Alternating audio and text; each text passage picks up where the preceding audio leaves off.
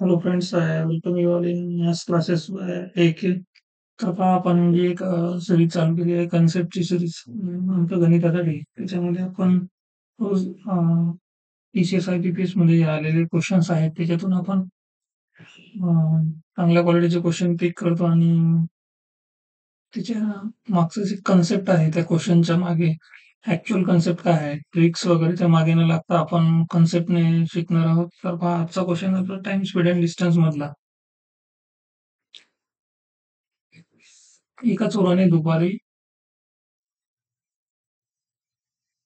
2:30 वाजता एक कार चोरली पहा आणि ती 60 किलोमीटर पर आवर वेगाने चालवली. ही चोरी दुपारी 3 वाजता उघडकीस आली पहा. कार जी चोरली ती 2:30 वाजता आणि 3 वाजता चोरी उघडकीस आली. लक्षात घ्या. आणि मालक दुसऱ्या कारमधून 75 किलोमीटर पर आवर वेगाने त्याचा पाठलाग करत निघाला.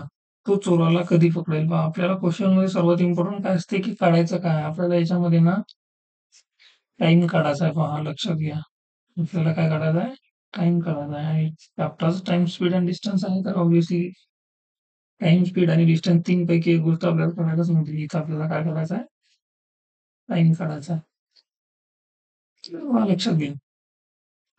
दुपारी 2:30 वाजता ती कार चोरीला गेली आणि 60 किलोमीटर पर आवरच्या वेगाने तो चोर चालत होता. म्हणजे त्या चोराची जी स्पीड होती ती 60 किलोमीटर पर आवर होती. म्हणजेच तो एका आवरमध्ये म्हणजे 60 मिनिटमध्ये तो 60 किलोमीटर चालत होता पहा.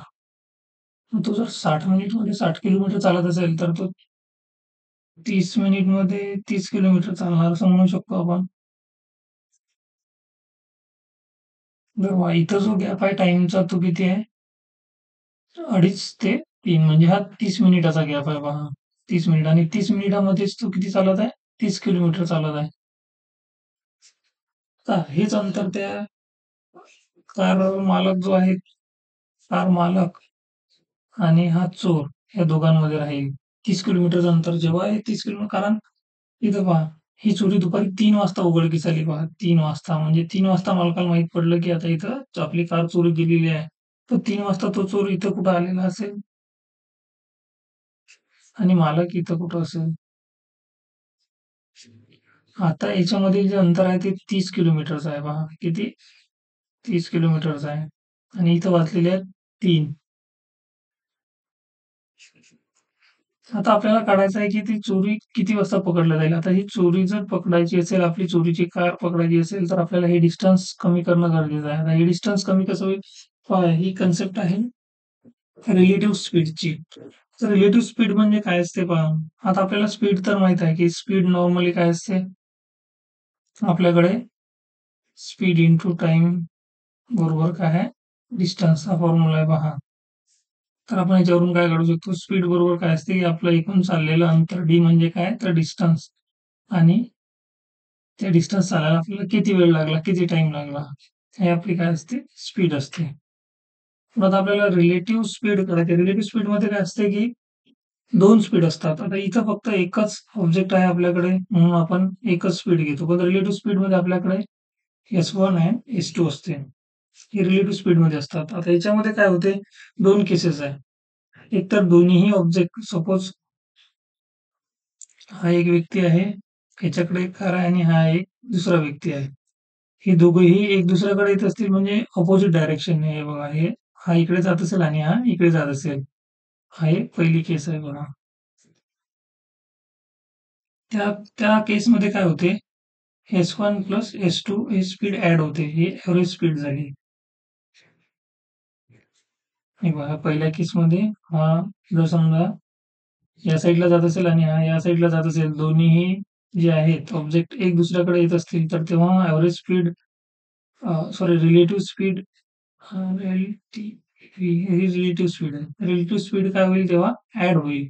आणि सेकंड केसमध्ये जर सपोज हा पहिला व्यक्ती हा इकडे जात असेल आणि हा इथं कुठेतरी दुसरा व्यक्ती आहे, हाही इकडेच जात असेल, तर या केसमध्ये काय होते आता इथं जर समजा आपण हा S1 आहे आणि हा S2 आहे. इथं हा S1 आहे आणि हा S2 आहे. हे दोन्हीही जर एकाच डायरेक्शनला जात असतील, तर तेव्हा रिलेटिव्ह स्पीड काय होईल? S1 minus S2. इथं कंडिशन काय लागेल? ह्याच्यासाठी कंडिशन लागेल एक S1 is greater than S2 लक्षात ठेवा. हे थोडंसं इम्पॉर्टंट आहे. तुम्ही जर हे जर लक्षात ठेवलं, तर मला वाटते रिलेटिव्ह स्पीड तुम्हाला पूर्ण समजलं म्हणून चाला. हे थोडंसं काळजीपूर्वक थोडंसं लक्षात ठेवा आणि नोट डाउन करून ठेवा. तर आता आपल्याला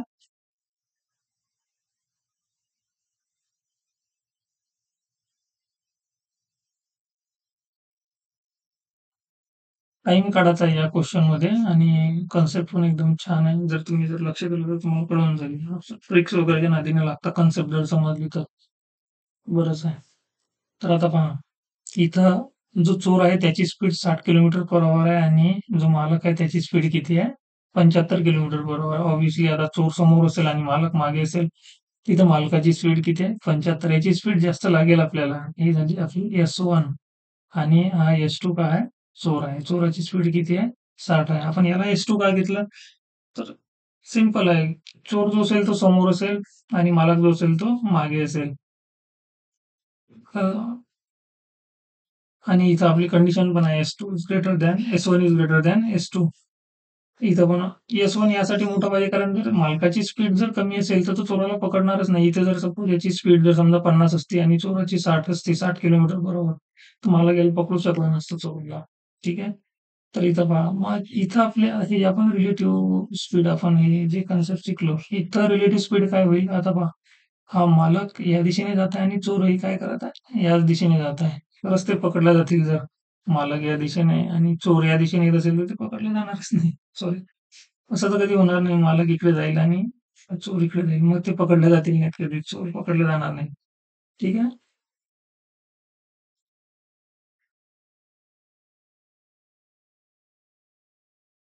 तर पहा, आता आपल्याकडे काय होईल? रिलेटिव्ह स्पीड काय होईल? रिलेटिव्ह स्पीड होईल आपल्याकडे S1 मायनस S2 म्हणजे 75 वजा 60 बरोबर किती? 15 किलोमीटर पर अवर. ही झाली आपल्याकडे रिलेटिव्ह स्पीड. आणि आपल्याकडे डिस्टन्स किती आपल्याला चालायचं आहे? तर हे 30 किलोमीटर. तर आपल्याकडे डिस्टन्स पण आहे 30 किलोमीटर. आपल्याला काय काढायचं आहे? टाईम काढायचा आहे. जे की आपण आधीच क्वेश्चन रीड करतानाच पाहिलं होतं. पहा, आपल्याकडे speed into time is equal to distance हा फॉर्म्युला. इथं काहीच नाही. स्पीडच्या ऐवजी आपल्याला रिलेटिव्ह स्पीड करायचा आहे. म्हणजे हाच आपला मॉडिफाईड फॉर्म्युला कसा होईल? Relative speed into time is equal to distance. तर पहा, relative speed into time is equal to काय होते? डिस्टन्स होते. तर मग आपले टाइम बरोबर काय होईल? डिस्टन्स भागीला रिलेटिव्ह स्पीड. किंवा हे आपलं झालं अंतर आणि हे झालं आपलं रिलेटिव्ह स्पीड. रिलेटिव्ह स्पीड म्हणजे जे की आपण 15 किलोमीटर आपली जी आलेली आहे, जे दोन्ही एकाच डायरेक्शनला जात होते चोर आणि आपला जो कार ओनर आहे तो. यामध्ये चोर पोलीसच्या पॅटर्नमध्ये फॉर्म होत असतात क्वेश्चन. आता हे यांनी कार चोरी केली मालकाची तर त्यानं मालकाला ऍड केलं याच्यामध्ये. तर पहा, आपल्याकडे टाईम बरोबर आता डिस्टन्स म्हणजे अंतर आपल्याकडे किती आहे? 30 किलोमीटर आहे. आणि रिलेटिव्ह स्पीड किती आहे आपली? 15. बरोबर किती आलं? 2 आणि हे येईल अवरमध्ये. म्हणजे 3 वाजता चोरी लक्षात आली होती. 2 घंटेनंतर तो चोर पकडला जाईल म्हणजे 5 वाजता तो चोर पकडला जाईल. आणि ती कार पण. ठीक आहे? अशा प्रकारच्या क्वेश्चनमध्ये ना, हे तुम्हाला दिसेल की हे एवढी एवढी मोठी थिअरी वगैरे झाली आहे. थिअरी वगैरे ही एक्झाममध्ये आपल्याला करायची गरज नाही आहे. कारण हे जे हे जे आहे हे तर बेसिक कन्सेप्ट आहे. हे तुम्हाला हे समजणं गरजेचं आहे, की आपल्याला S1, S2 कधी करायचा आहे आणि S1 प्लस S2 कधी करायचा आहे आणि S1 मायनस S2 कधी करायचा आहे. हे जर तुम्हाला समजलं, काहीच नाही. या फॉर्म्युल्यामध्ये फक्त आपल्याला स्पीडच्या जागी रिलेटिव्ह स्पीड टाकायचं आहे. रिलेटिव्ह स्पीड जेव्हाही ते सेम डायरेक्शन जेव्हाही ते विरुद्ध अपोझिट डायरेक्शन असतील, तेव्हा त्याला S1+S2 करा आणि सेम डायरेक्शननं जेव्हा असतील, तेव्हा त्याला S1-S2 करा. जेव्हा S1-S2 कराल, तेव्हा तिथं कंडिशन लागेल S1 is greater than S2 म्हणजे जी स्पीड जास्त असेल, त्याच्यातून कमी असणारी स्पीड काय करा, मायनस करा. आणि तर आपल्याला एक्झाममध्ये सोडवायचं झालं तर एवढं लिहायची काहीच गरज नाही. तुम्ही याला सॉल्व्ह करू शकता. म्हणजे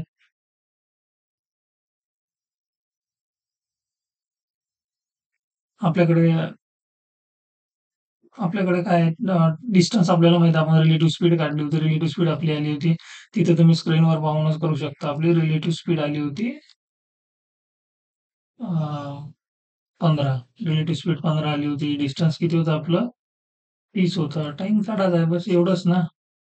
एवढं सॉल्व्ह करायचं होतं आपल्याला आणि हे 2 ओळीचा आन्सर आहे फक्त. हे एवढं करायची गरज नाही. हे तुम्हाला समजलं पाहिजे त्यासाठी आपण हे काय केलंय, एवढं सगळं केलंय. तर पहा या कन्सेप्टच्या सीरीजमध्ये तुम्हाला जे टी-सी-एस आणि आय-बी-पी-एस जे एक्झाम घेणार आहे, त्यामध्ये तुम्हाला असे क्वेश्चन पाहायला मिळतील. पोलीस भरतीमध्ये तर एवढे टफ नाही येतील, बट एखादा क्वेश्चन येऊ शकते. एखाद्या डिस्ट्रिक्टचा पेपर असा टफ होऊ शकते. पण टी-सी-एस आणि आय-बी-पी-एस किंवा एम-पी-एस-सी इव्हन एम-पी-एस-सी सुद्धा असे क्वेश्चन विचारते. याच्यापेक्षाही टफ विचारते. असं आपण एक्झामचा लेव्हल ठरवू शकत नाही कधी. कुठला एक्झामिनर काय विचारेल ते एक्झामिनरच्या मूडवर असते. कोणते क्वेश्चन टाकायचे, कोणते नाही टाकायचे. तर आपण प्रिपेअर्ड राहिलं पाहिजे. कुठलाही ईझी येऊ द्यात, हार्ड येऊ द्यात, कोणत्याही लेव्हलचे क्वेश्चन येऊ द्यात, आपल्याला कन्सेप्ट माहीत असणं गरजेचं आहे. एकदा तुम्ही कन्सेप्ट क्लिअर असेल, तर तुम्हाला कुठलाच क्वेश्चन मॅथेमॅटिक्समध्ये तरी हार्ड जाणार नाही. कारण हा कन्सेप्च्युअल सब्जेक्ट आहे आणि तुमचे कन्सेप्ट क्लिअर असतील, तर मे बी तुम्ही 5-5, 10-10 मिनिट लागणाऱ्या क्वेश्चनला तुम्ही 30-30 सेकंदात सॉल्व्ह करा आणि हे पॉसिबल तेव्हाच होईल, जेव्हा तुम्ही प्रॅक्टिस कराल. आपण जी ही सीरीज चालू केली, ही तुम्हाला टी-सी-एसच्या जेवढ्याही एक्झाम महाराष्ट्रात जेवढ्याही टी-सी-एस एक्झाम कंडक्ट करते किंवा आय-बी-पी-एस कंडक्ट करते, त्याच्यासाठी तुम्हाला हे उपयुक्त ठरणार आहे. आता हे समोर येणाऱ्या एक्झाम ज्या आहेत, आदिवासी विभाग वगैरे आणि आणखी समाज कल्याण वगैरे भरपूर साऱ्या एक्झाम आहेत. त्यासाठी तुम्ही प्रिपेअर्ड राहा आणि चॅनलसोबत कनेक्टेड राहा. ठीक आहे फ्रेंड्स, थँक यू.